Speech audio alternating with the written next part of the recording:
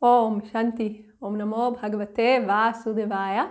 Welcome to another Yoga Small Talk, and we continue with 7 minutes Bhagavad Gita a day.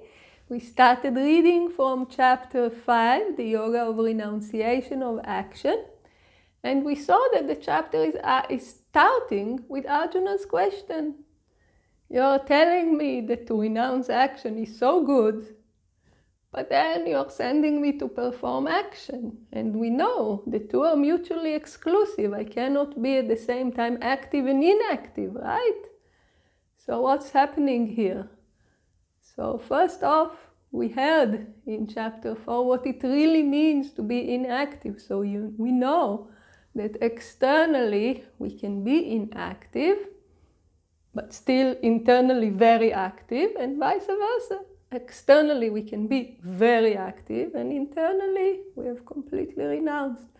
But Arjuna is still not comfortable. He did not get it. He does not feel that this is something he can properly practice, and this is why he's bringing up the question. And in verse 2, Lord Krishna is answering. The blessed Lord said to renunciation and yoga of action both lead to the highest bliss. But of the two, the yoga of action is superior to the renunciation of action. Now this might come as a surprise. We keep saying that renunciation is the direct way to realization. It's the shortest, it's the best, it's the highest. And here, all of a sudden, Lord Krishna is telling us, yoga of action, better. Is Lord Krishna bluffing us? Is Lord Krishna misleading us? What is happening here? Let us see the commentary. Swami Shivananda says, Sannyasa, renunciation of action, and Karma Yoga, performance of action, both lead to moksha, or liberation, or the highest bliss, meaning spiritual liberation, self-realization. Though both lead to moksha, yet of the two means of attaining to moksha, Karma Yoga is better than mere karma sannyasa, renunciation of action, without the knowledge of the self. This is key, and Swami Shivananda makes sure that we understand it.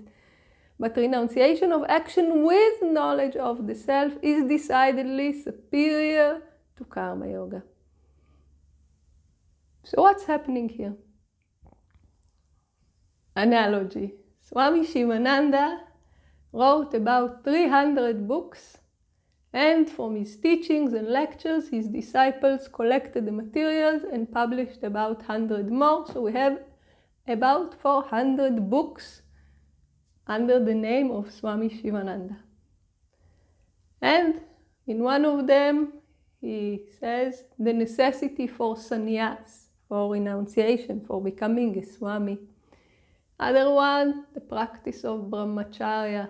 And many other places he writes, do not marry. Other books, he glorifies the life of householders. And we say, is Swami Shivananda bluffing us? Is he tricking us? Is he just playing populism? What's happening here? Why in one book he says, don't marry, and in the other book he says how wonderful it is to be a householder and how much we can progress on the path of householders and how important householders are for society? What's happening here? The answer is very simple. The teacher is giving what's appropriate for the disciple.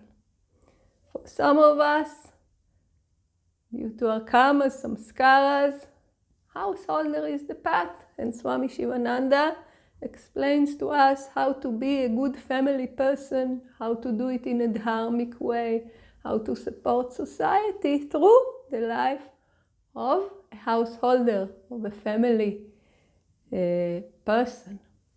For other people, their karma, their samskaras, their ripeness for renunciation is already there. For those people, renunciation is the right way, and Swami Shivananda tells them, do not marry. It's not for you. This is for you, is renunciation. So please follow this path, and he gives instructions. Here, Lord Krishna is talking to whom? To Arjuna. Arjuna the warrior. Arjuna who was already told several times, for you, Arjuna, action. You are not ready to renounce yet. You have so many attachments, I-ness, mine-ness. You think they are mine and I am theirs, and you're full of grief. You do not have this knowledge. You do not have this readiness that it takes to renounce. So for you, Arjuna, yes, there are two ways. Yoga is better. And Swami Shivananda makes sure that we understand yoga is better before knowledge dawns, because the scriptures tell us very, very conclusively, the second vairagya is there, the second there is disgust with samsara, the cycle of birth and death, and the pain and suffering that it brings, renounce the world. But if you try to do this before that, the Bhagavad Gita tells us in several places, you will be a hypocrite. Maybe you will not be acting externally, internally you will be very active, and not only you will not be a good renunciate, you will also not be doing your job in society. You will not be contributing your part to society. You will be living a dharmic life. Who knows if you are ready or if you are not? The teacher. You go to the teacher and ask, and this is what Arjuna did here. He said, you are telling me renunciation and then karma yoga. So what's best? Tell me now. And Lord Krishna told him karma yoga. But Lord Krishna is talking to Arjuna and to us. We are still on the path. So what really happened here? Did Lord Krishna give Arjuna a fail grade, meaning you're not good for renunciation, do the other thing which is lesser, you failed? Is it like a criticism? Not at all. How can this be reconciled? We will see in the next teachings. So please join us. Om Shanti.